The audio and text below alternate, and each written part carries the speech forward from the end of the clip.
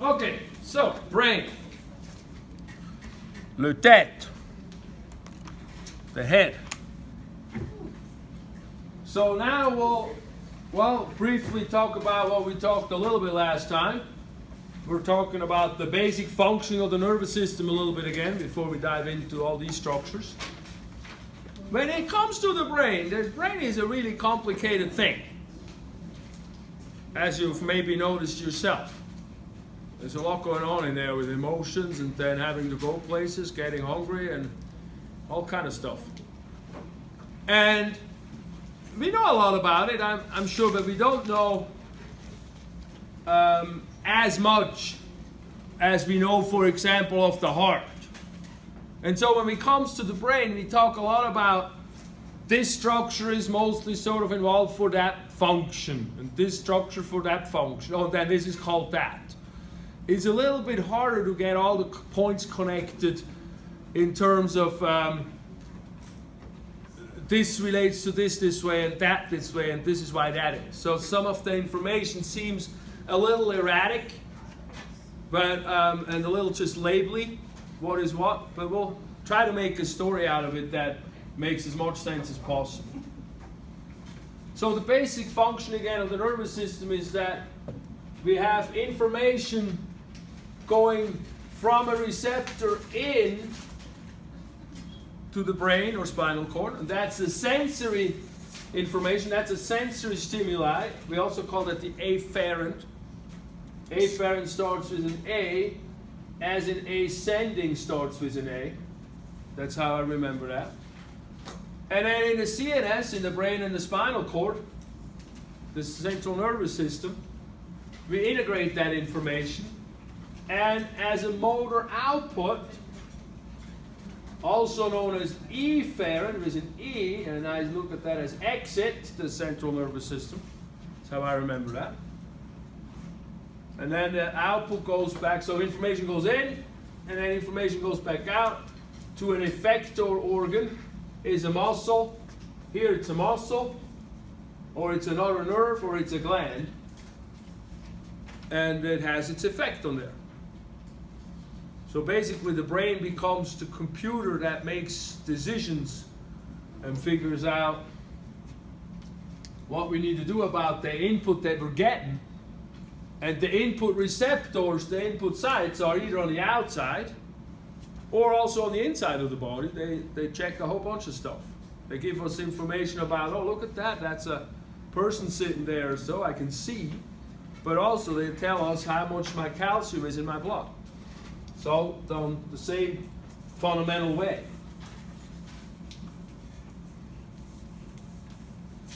And then the other thing we talked about on whenever it was, Monday, more in detail, was the nervous system is divided into that central part, the CNS, that's that brain and the spinal cord, and then the peripheral part, that's that PNS, and that's the nerves, which are essentially bundles of axons. Bundles of axons. I like this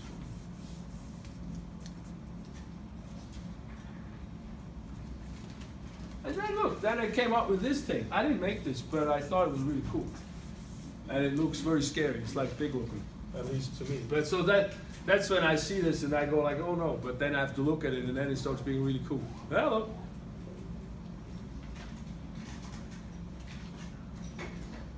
I got some people. Okay, anyway, this is gray. You see that's gray? And that's not gray. What's that, brown? Something like that. This is the central nervous system. So everything here is the brain and the spinal cord. So here you have this orange dot, that's the anatomy. We just talked about that. But it's all in one page here. What does the brain and the spinal cord do? They integrate information, bless you, and they control whatever goes on in the body. Remember, as control systems in the body, we have both the endocrine system that we talked about last Wednesday, I believe, and we have the nervous system. The endocrine system is here to help us modify functions in the body that are ongoing functions, like growing, like reproduction, like usage of metabolism, like usage of the sugar in the body, making energy.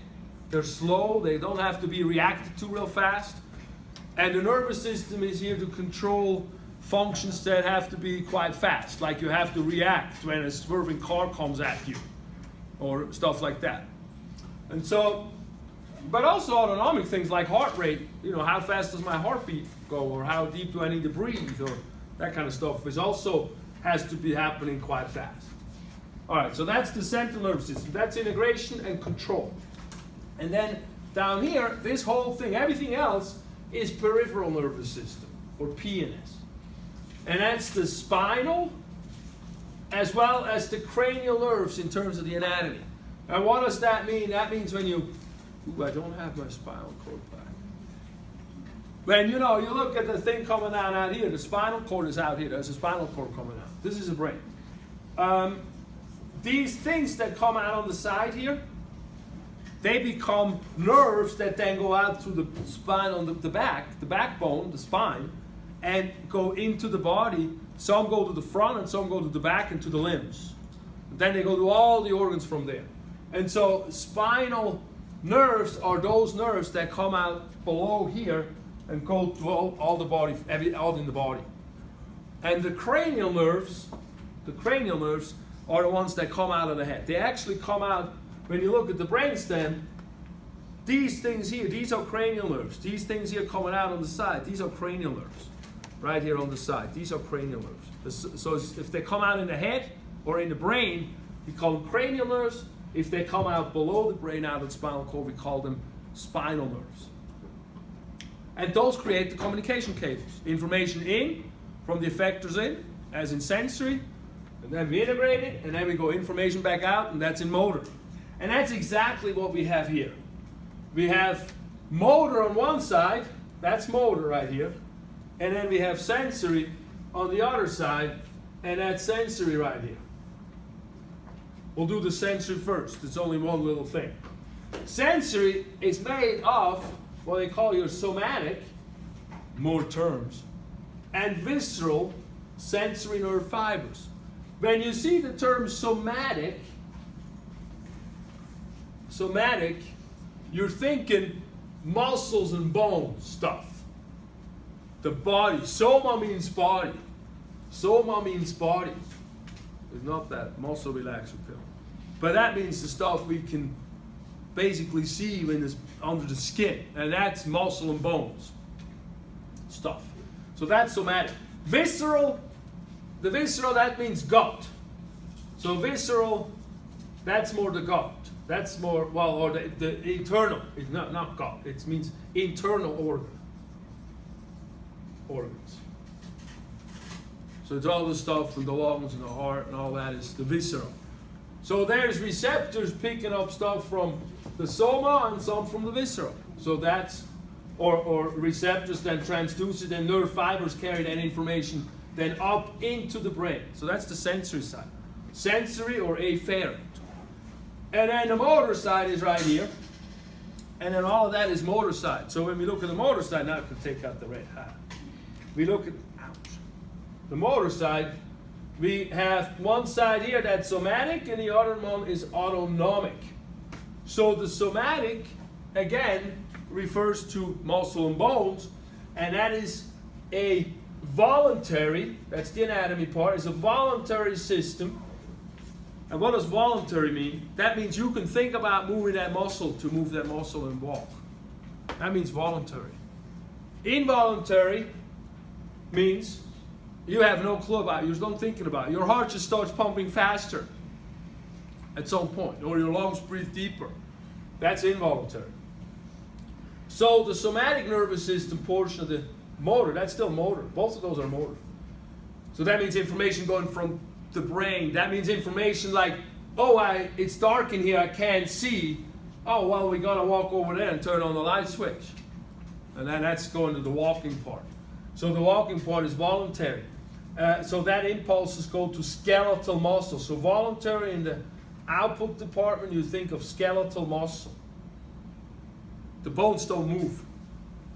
The bones need to send information in that something's not doing what it's supposed to be doing, but they don't move. So there is a little less, there's not going nervous information straight going to them. We have other factors that rebuild bones and so forth, but not the somatic here. And then on the other side, we have that autonomic nervous system. So that, I think of that as automatic. Automatic. The stuff you don't think about, that means it's involuntary. You don't have to think about it. It just happens. The heart beats faster than it's supposed to be, most of the time. We hope for that, right? And so that is, from a physiology, that's the green button there, is impulses going to cardiac and smooth muscle. And cardiac muscle is the muscle that controls the heart. Cardiac means heart. And smooth muscle is the stuff like blood vessels, or the diameter of blood vessels, or the diameter of the bronchi, the lungs, or the diameter of the gut tube, or the motion in the gut tube. That's all smooth muscle. Or even the ureter is the P stuff. All that is smooth muscle. So autonomic nervous system output goes all to those muscles to control what's going on in those systems, in those areas. And when we then further divide that autonomic thing, we're going to go to a sympathetic and a parasympathetic division. And the sympathetic is what we know as, that's over here, what we know as fight flight, and the parasympathetic is the other one, as a rest and digest. That's a subdivision of that automatic nervous system, because the autonomic nervous system is here to maintain homeostasis. You remember homeostasis? That means that a constant internal milieu. That means the internals are all working fine. The calcium level in my blood is all leveled. The internal temperature is all the same. Within a narrow range, we're thinking of oxygen level, we're thinking of, all that stuff. Sodium, potassium, all of that. So the sympathetic division is here to react during emergency situations. That's why we call that division the fight or flight. That means you either fight it or you run away. And you think of what happens in the body when a bear stands over there and wants to attack you. And you gotta run as fast as you can for your life. What would your body want to do? And then you understand what that part of the nervous system controls.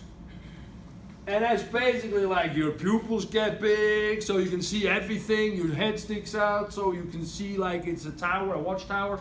Your muscles have all the energy they want. That my lungs breathe like crazy.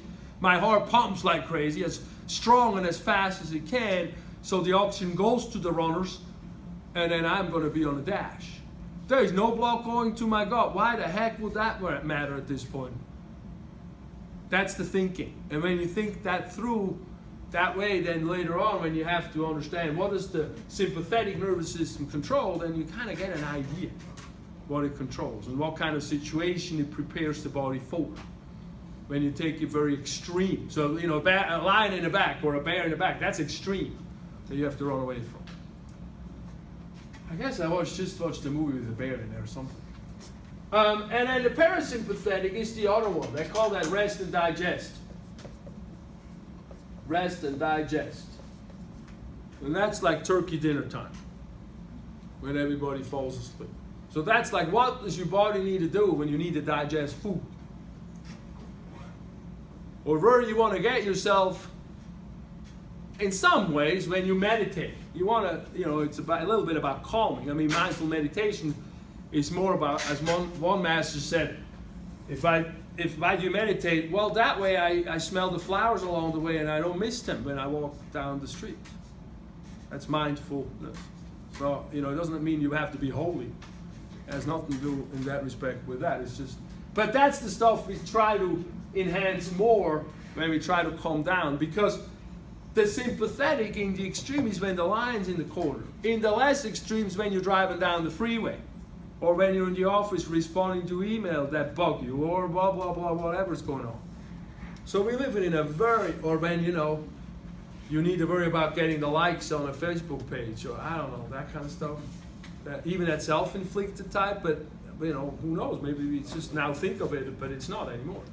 But that brings us into a lot of stressy type sort of thinking and feeling in the body. So we're living not just in the extreme, we're also living in the chronic a lot here.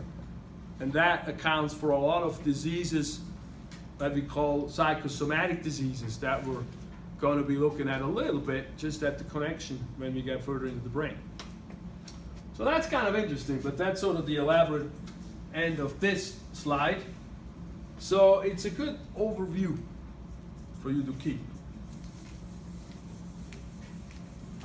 Let's see, maybe now we get to the brain.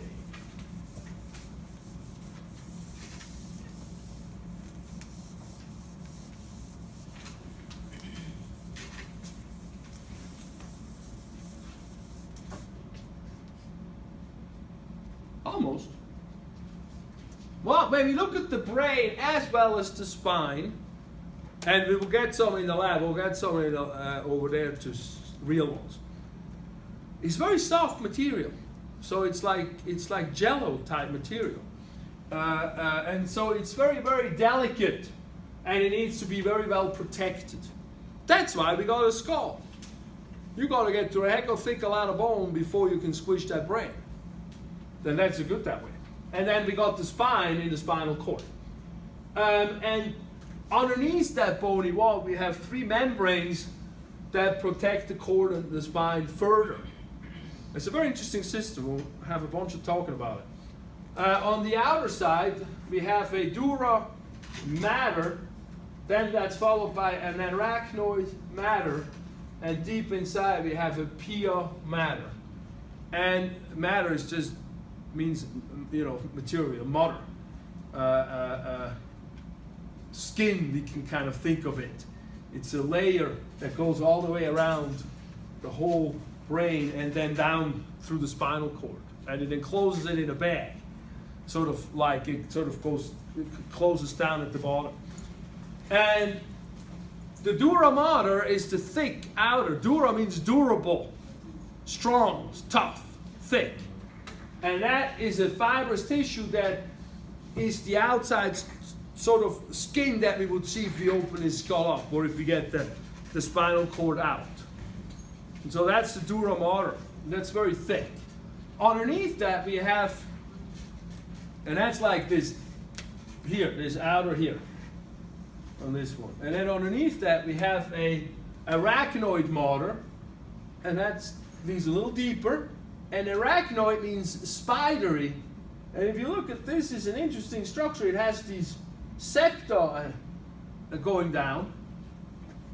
These septa here, there's the word septa. They're reaching deeper, and there's so many of them. Collectively, these make little springs that then underneath protect the brain. So there's a little space that gets created between that arachnoid mater and the brain. And that's known as the subarachnoid space. And down here you see the subarachnoid space. And the subarachnoid space is going to have fluid in it, and that fluid, that liquid, is called cerebrospinal fluid, CSF. And so that's really sweet, because now we have a protection out here that we can bang on and nothing really happens. But even the shock waves that come from banging on a head, for example, or whatever it is, they now get transmitted into a medium that is having springy things in it and liquid. That's like you're underwater. The film is very skinny, but it's around the whole brain, so it's kind of like you're underwater. So everything that shock wave gets attenuated. So that's pretty neat. That's the cerebrospinal fluid. And that gets secreted out of blood, essentially, all that fluid stuff. And then deeper from there, underneath that, we have the pia mater. And the pia mater is very, very thin and delicate, and it just sort of lays on the brain. And you have to peel it off. So it's like the shiny part on the top of the brain. And so that's a very sensitive layer that adheres to the brain cord. It's very rich in capillaries, so it supplies the brain, you know, with good stuff. Foodie stuff. All right, so that's the protection. So the brain's very, very well protected. Then the brain has to get developed, has to be made. When we start out with a sperm and an egg, we divide. About day 18, in the embryonic development, we have this neural plate. So I've kind of visualized the brain, the body at that point, to be a leafy structure. And that's the leafy structure. And there's the stem inside the leafy structure. So the notochord. That's the notochord. Wait a minute, do I have another picture of that? No, I think we're good. The notochord is the spinal column with the discs, the central part of that spinal, bony part of the spinal column. That's the notochord. And that's already in here. But then on top here, on that leaf, that's the stem part. But then on top there is this neural plate that gets created. And that neural plate imaginates inward. And then it pinches off. And then it becomes the spinal cord, essentially, at the end of the day. That goes up and down that leafy thing, or on us, up and down the backbone. And then on top of that, it grows and grows and grows and grows and grows, and it gets back to the outside and gets bigger, and it bends a few times. It has these bends in it. And then at the end, it all kind of wraps up in this whole brain thing that we have. And so it starts out kind of like as a spinal cord, and on top it just keeps growing and it gets smooshed together so it fits into this head. And then that's the brain. And so we have a few different parts, but basically that gets us different primary brain areas, and we got one that's sort of the fundamental brain. We call that the salamander brain. That's the hind brain. That's the functional stuff down here, the pons medulla midbrain, which is a lot of visceral function in it that controls things that are automatic. We don't have to think about it. And then we have a midbrain area, or more. Well, the midbrain is actually part of that. But if we have in the forebrain, we have a diencephalon, and structurally we then reach further away from the fundamental. If I take it apart, so you can take these things apart, and then on one side you have this loose puzzle, and that's good that it falls apart, and on the other side it's solid. And mine don't call it because, as we see in a minute, that's why we have the different lobes and all that. We can structurally see it a little better. But I don't want all of them called because otherwise, how am I going to test anything?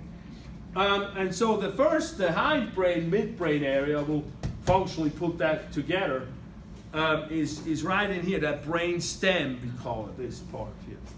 Brain stem.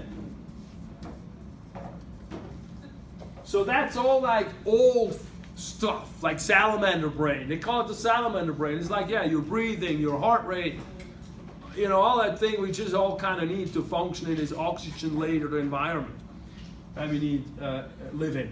And then as we move further up into the more wiggly parts, we're gonna get the forebrain, and the forebrain has the diencephalon first, and that's right in here, this part. It's sort of in the middle, in between, like inside in between. And that's more developed, but a lot of places inside here, it's just all kind of below the crust more. And in that area, we have a lot more of the feely stuff in there, and the unconscious, but like the anger management type stuff, the reaction-y type stuff. Like the smell goes straight there, and we get like, from different, or smiling, because it's a rose petal or something. But that's why we need to meditate, so we can smell the roses and we don't have to run by them and think of the email we have to write because, I don't know, whatever, but it's just in the forehead and it's stuck in that head. So that's the diencephalon. So it's a little bit more consciousness in some ways that we have. Unconscious consciousness. And then the telencephalon, really the most recent brain, the shell on top, that's the cerebrum, and that's really where a lot of the consciousness goes on, a lot of the thinking, the seeing, who is it? What kind of a face am I looking at? And that kind of stuff goes on in there. All right, so a little bit on that development, and then you look at that, gets us straight to the cerebrum, because we're going to start with that. And the cerebrum is the top layer, the top shell, and is about a 2 to 5 millimeter thickness of it. And actually, they have found in super meditators or something like that, super happies. I think there's actually a guy they termed as a super happy, and they looked at his brain. I'm not so sure how they figured that out, but they measured his brain, but also meditators like the yogi people type.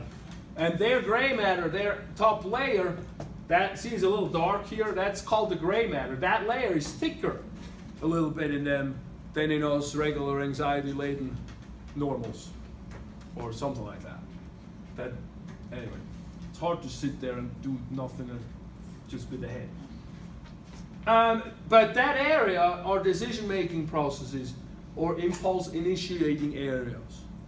So that's where the consciousness is when you think about it. That's where we think here is in this top. Because that's why when you hold your head here, you hold your head here a little bit, you get a little bit more blood to that area, so you can have a little bit more thinking going on in that area.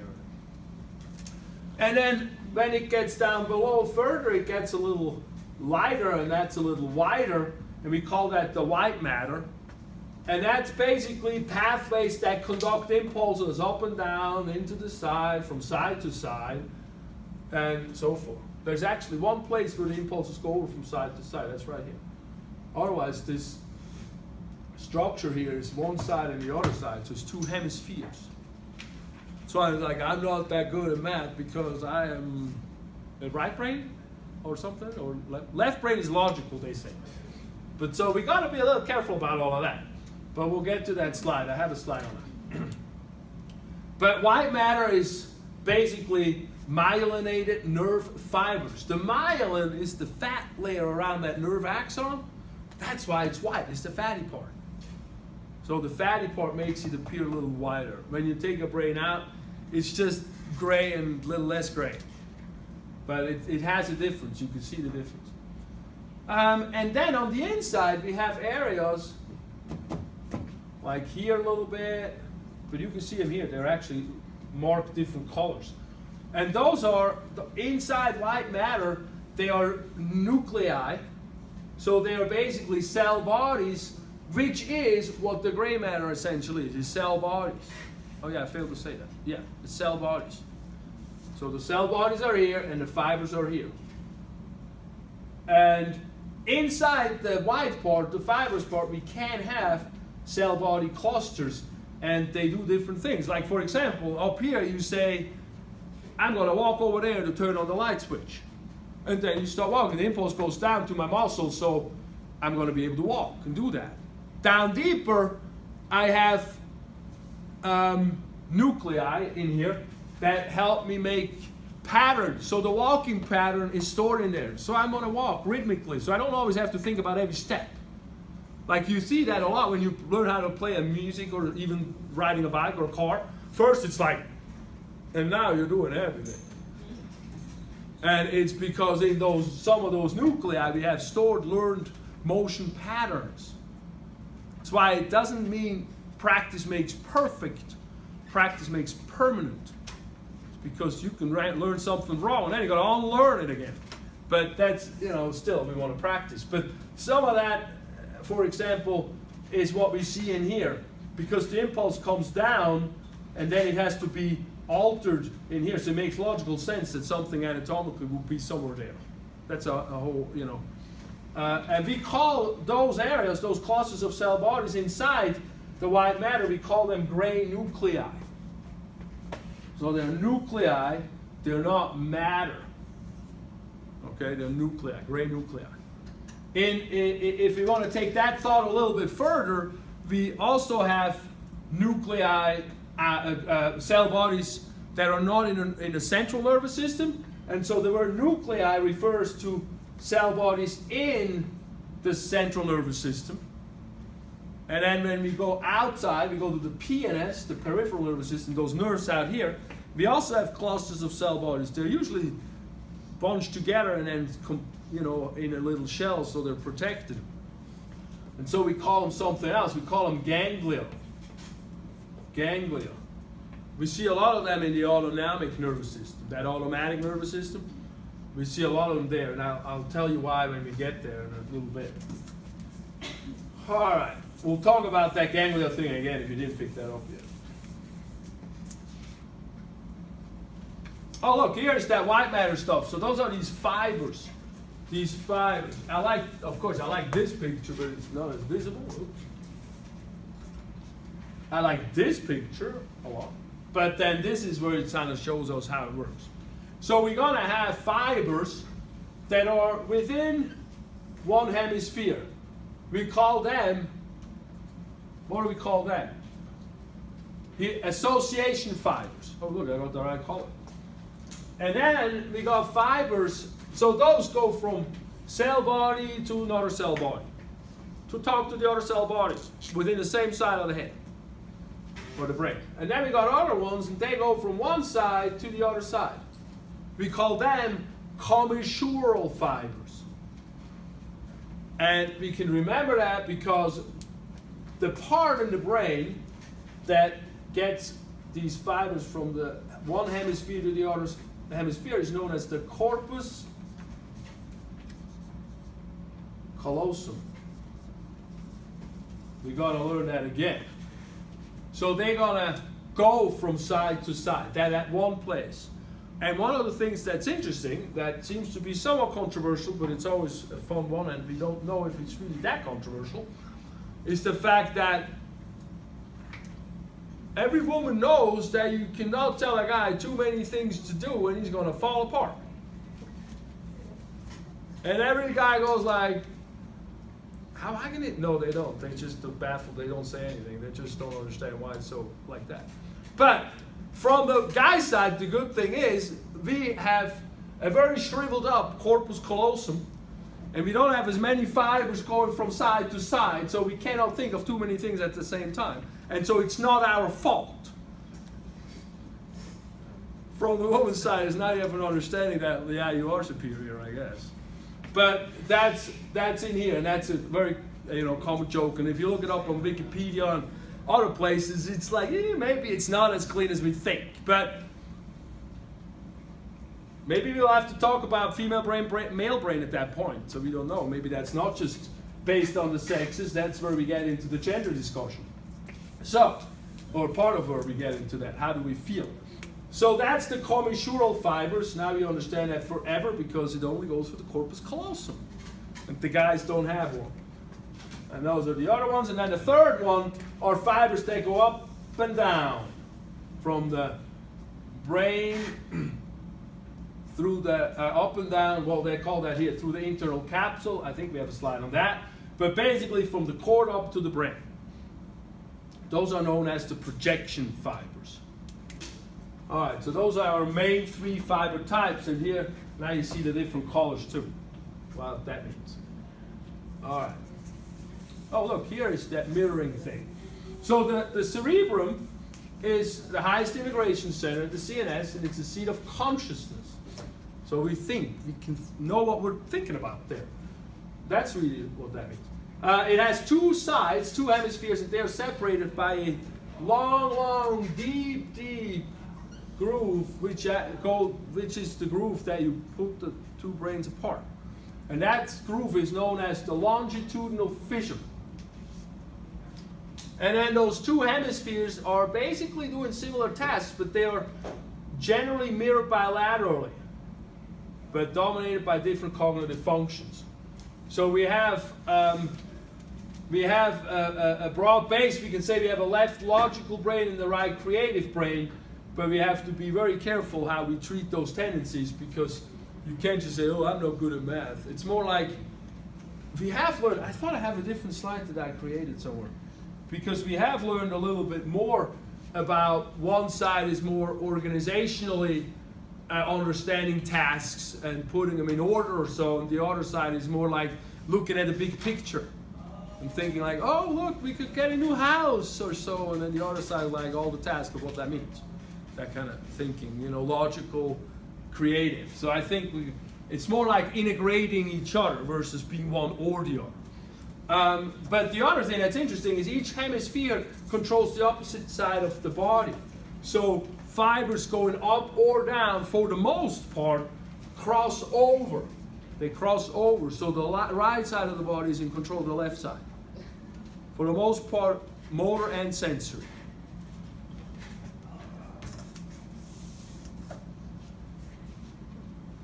All right. Then now we get more to the colors part of that, my brain, but also the brain here. And so that's now the gray matter surface. That's the conscious part. And the conscious part here has two things. It's called wiggles that stick out. And then it's got these grooves that make those wiggles stick out. The wiggles that stick out are known as gyri, the convolutions, and the grooves are known as sulci. And so that makes us have mostly gyri and sulci, and then a couple deep ones, and those are the fissures. We are concerned about two lateral sulci and a central sulcus, which divide each hemisphere then into 5 lobes. Now we get to the lobes. And the lobes are basically main areas that do different things. And so so we're going to have, well now what you're going to think about is the brain. I mean the skull. But we're going to have a frontal lobe. We had a frontal plane in the skull. We have 2 parietals. Well, a parietal, not 2 here, but we had 2 parietal bones. We got a temporal, we got an occipital, and then we got a special one, and that's known as the insula. An island in between. So, and that's because anatomy can never be too simple, so we don't have no work as teachers. But the other thing is, as the brain grows, it grew and overgrew and overlapped itself a little bit. And then that's when you take the front piece off here. You see that little part in here that is colored here. That's the insula, the little island that's hidden. You can't see it. Except if you pull down the other lobe. But you don't want to do that, that might hurt. All right, that gives us all these lobes.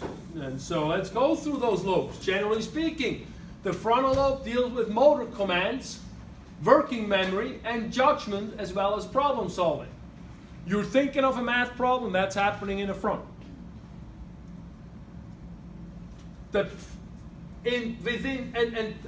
What else am I talking about? Motor commands here. That's the other thing that's very important. So you're thinking in there, but you also have motor commands. And motor commands are muscle commands that go down to move you around. Those are those motor commands that are most important here. And those motor commands come straight out of a specific place. So let's look at that brain a little here in this. So when you let's look at this brain. That's actually the one we want to work with anyway. So when you look at the frontal lobe, that's right here. The pink is the frontal lobe, and then the red here on your guys' brain, it's a little bit red, little shade of red. That is known as the precentral gyrus. See, a gyrus is one of those hills, gyrus and sulci, right? That precentral gyrus is right in front of what's known as the central sulcus. And the central sulcus is between the red and the purple. We use like, I think it's blue and red-ish. That's known as the central sulcus. So the central sulcus, I don't know where I have it. I don't have it there. Central sulcus is this right in here, and it's just like not a deep groove. So in a regular brain, when you pick it out of the head, it's really hard to know which one is exactly which. But it's right here marked, so we know it.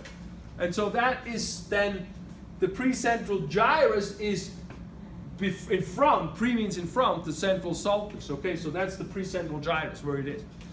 So that's the last wiggle of the frontal lobe. And that thing is responsible for all the voluntary movement commands. So we call that the primary motor cortex. So that brings me to the next question here. Primary. So let me jump a little bit. I'm going to go back. But the one I'm talking about is right here. That's that wiggle, the precentral gyrus. And that's the primary motor area. That means it's the last place the nervous system, the nerves leave to then go to muscles to move the muscles around. Everything here are association areas. That's like thinking, what do I need to do? It's dark. Why? I need to do something. Oh, I gotta walk. Oh, the light. I gotta walk. All that is like, oh, what is it? Well, it's dark. Why is it dark? And then, oh, I gotta walk. And then it's here. And then that goes to the muscle. That goes down to the muscle and says, okay, we gotta move the leg around to be able to do that. So that's the primary motor area. Every lobe has a primary area. For the most part, the impulse that is coming in, well, let me actually back up here. This lobe, the frontal lobe with the primary motor area here, is the one lobe that has the information going mostly out as we go from, we're thinking of consciousness in the brain. So that's the frontal lobe is where information goes out. We're thinking about it, we're sending out a command. Because we got to talk too. That's tongue musculature. That comes up, has to go somewhere too. That's all motor commands. Every other lobe here, the parietal lobe, the temporal lobe, the occipital lobe, and then even the insula somewhere, has sensory and integrative functions. And, oh yeah, Dean Ornish, huh? No, that was Brianna. Oh, never mind. We'll talk about that. And there, the primary area where the command is last related to the outside, so to speak, is the first place a command goes to. So in the temporal lobe, what we get there a lot is hearing. So the primary temporal lobe is going to be right here. That's where we first hear the impulse as a conscious impulse, and the association areas are going to tell us, what does that mean? So that's more association areas, interpreting the impulse. So auditory we have here, visual we have back here. So that's mainly visual. That's the back, the occipital lobe is mainly visual. Temporal lobe is mainly auditory. And parietal lobe is all the touchy-feely stuff. So, but let's go back to that. So, but that gives you sort of an understanding between primary areas and association areas, okay? Right? Are you asleep? No? I know. It's hard. All of a sudden you're like asked the question, like, what am I supposed to do with that? So again, back to frontal lobe. Frontal lobe, we're thinking motor commands, memory, judgment, problem solving. Well, actually, working memory. Working memory. Memory we get to. That's later. Long-term memory is different than working memory. Working memory is like, what we're going to do right now. Long-term memory is like, what was that called? And I have to remember. And the second lobe we get to is the parietal lobe. And the parietal lobe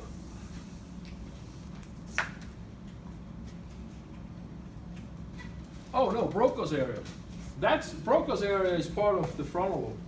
Broca's area is somewhere down over here in the frontal lobe. Wernicke's area is in the back. So they have these mapping of this brain stuff. They call them Brodmann areas. You don't have to worry about that. But some are important more than others. And because those are areas and they tell you what happens in those parts of the brain. And here, in Broca's area, we're going to make speech. Speech creation. And that's in the frontal lobe. And the problem with Broca's area is one area that's heavily affected by strokes.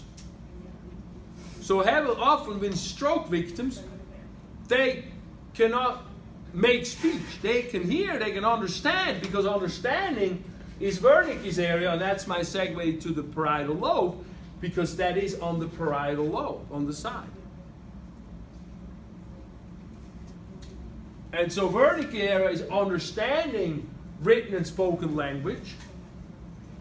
And so that gives us input of what's going on. If that's affected, we can't understand. It's just gibberish what we hear. But if Broca's area is affected, we can understand. We just can't speak it out. And so mostly that's on the left side. And so what they have learned how to do is they have learned that when they, and left side is more logically, as we say before, more rationally, and they have learned that when they sing songs to a person who had a stroke from their childhood, that they all long remember things, they start activating the other side, and they can start speaking more rudimentary word-making skills come back. Not the same fashion, same depth, but some. And that's already helpful. Yeah, that was some sort of like an accidental type of finding in Germany somewhere. That was really cool. Well, at least that's how I heard about it. So that brings me, Wernicke's area is that understanding. That brings me to the parietal lobe, and the parietal lobe is more how we experience the world through physical sensations such as touch, temperature, pain. That's an experience, unfortunately. But if it wouldn't be painful, we wouldn't know what it means when there's no pain, right? I mean, that's unfortunately that up and down. That has to be there somewhere so we can appreciate it. This is where we experience the world consciously and process the meaning of received inputs. So now here we have a primary area too, and that primary area is right behind the red one. The primary somatosensory area is right. Soma means body, sensory means body feeling input type of stuff. That's right behind the red vagal, and that vagal will be called the post-central gyrus, because post is behind. So it's behind, posterior to the, oh yeah, look at that, posterior. So it lies posterior, so that's another way to remember it. See, that's the way you study this stuff, so you have to make up these mnemonics and these weird sounding things. So anyway, that's the wiggle right there in the back. And so what's really cool about these wiggles, these two particularly, they are mapped out. So they can open these brains up and they go with a plastic knife and they poke people in different parts and different things start moving. And they realize, wow, look at that. It happens in many people the same way. Oh, everybody's like the same practically. And so they mapped out what part of the body is where on that wiggle. Right here is that little man, it's called a homunculus, and that's a sensory homunculus. I know, don't say that to a little person. Hi, homunculus, that would be really mean. I saw it in a movie, that was really, really mean. He's a little guy. But what's funny about this one is the areas are sized by how much space they take up on the gyrus. And so you can sort of see the face is really a lot, the head, you can feel coins, different coins, differentiate different coins in your pocket without looking at them. Have you? I mean, that's amazing, isn't it? You want to try to do that with your back? Put the coin on the back, let me feel it. I can feel it. No, you can't feel it. Because there's hardly any area that cares about the back. Back, thumb. The whole back is like the thumb. And so when I massage people in the back, I go like that. They think I have huge hands because they don't feel all in between. There's not as many receptor distribution. When you work in a hand, you're much more specific. I mean, in the back, I'm specific too, but if I'm just applying strokes to start working it, I go fingers apart. I won't do that in other body parts. In the back, you get away with it. All right, let's see. There's another interesting thing here. This is also, so that's the body area mapped out. This is also interesting here. There's a receptor here. There's a receptor. That's a receptor. And that's the pathway that takes, that's the pathway that nerve takes up the column. That's the column into the brain to that post-central gyrus.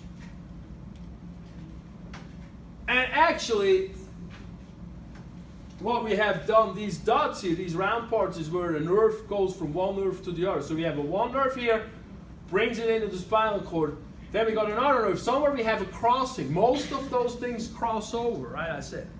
So somewhere we cross over, and then we go pretty much to an area in the brain that's known as the thalamus. We'll have a slide on that. And that's a place that we have some crude reshuffling of information. It goes from, what is this? Like, you remember the old internet? You and then a picture downloads. It's like first you get a few pixels and you have no idea what it is. And, yeah, you're too young, huh? We had that. You had that too?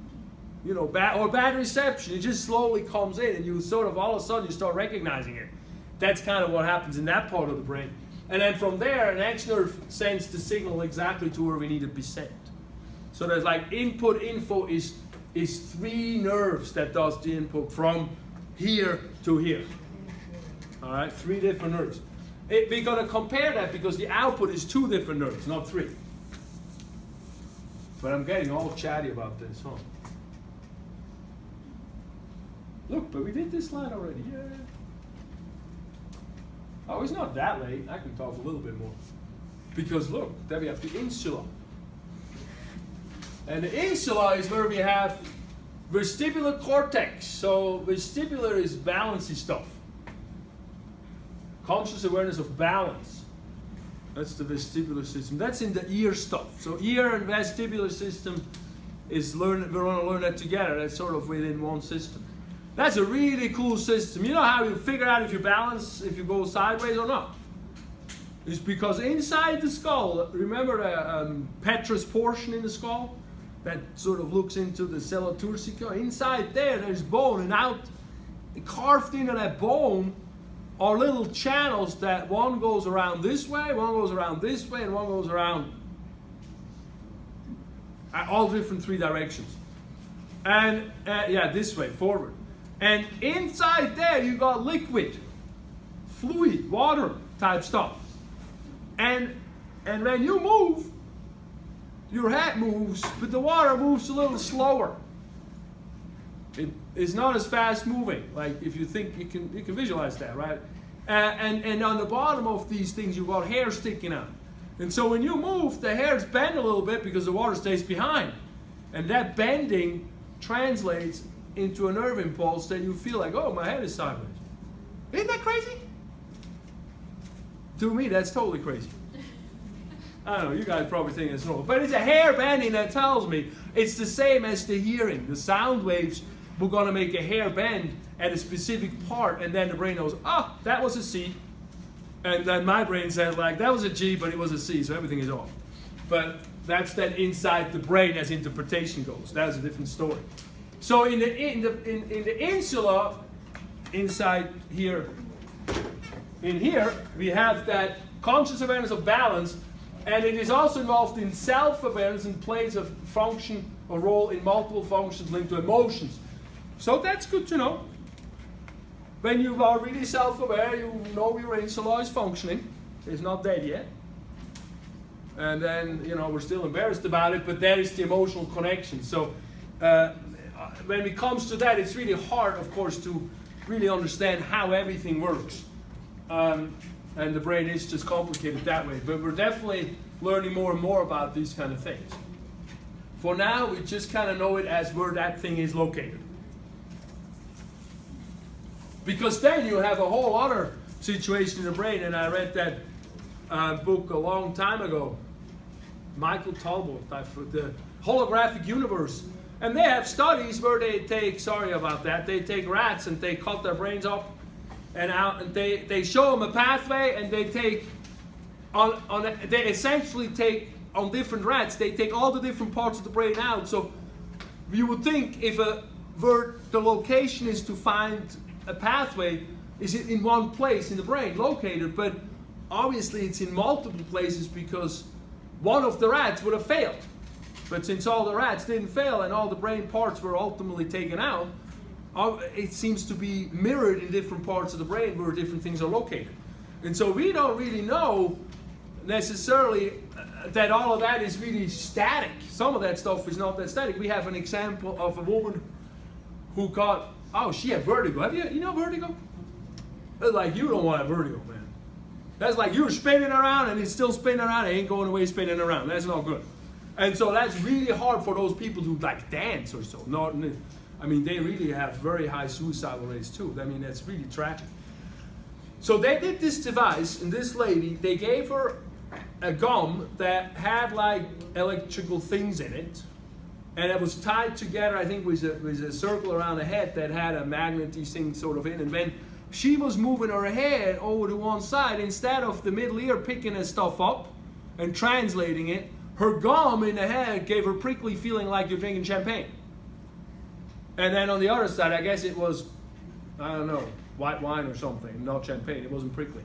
But it was teaching the brain for the tongue how to balance. And after a few sessions, that lady could dance without vertigo. Which dancing is like the thing you definitely never want to do if you have vertigo. You're already spinning. You want to spin? No, you don't. And so then she would do this. So that was fantastic. That's another show that her gustatory cortex, the tasty stuff, would be taken over by the vestibular thinking a little bit, and will be transferred over. That's why when somebody's born blind, you don't want to have them have glasses on because their brain in the back part is taken up by other stuff, a lot of the feely stuff. That's why if you're walking around, they can feel that you're walking around. It's like, excuse me?